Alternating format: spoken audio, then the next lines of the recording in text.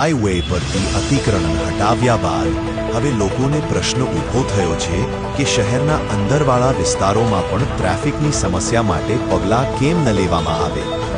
આમ્રપાળી, ગેંડા circle, Fatehganj, Varasiya જેવા વિસ્તારોમાં રસ્તા પર બેફામ પાર્કિંગ, પથારીઓ અને ધંધારીઓના અયોગ્ય દબાણથી દિન પ્રતિદિન ટ્રાફિક જામ વધતા શહેરવાસીઓ ત્રાહિમામ પોકારી રહ્યા છે। શહેર પોલીસ અને મહાનગરપાલિકા દ્વારા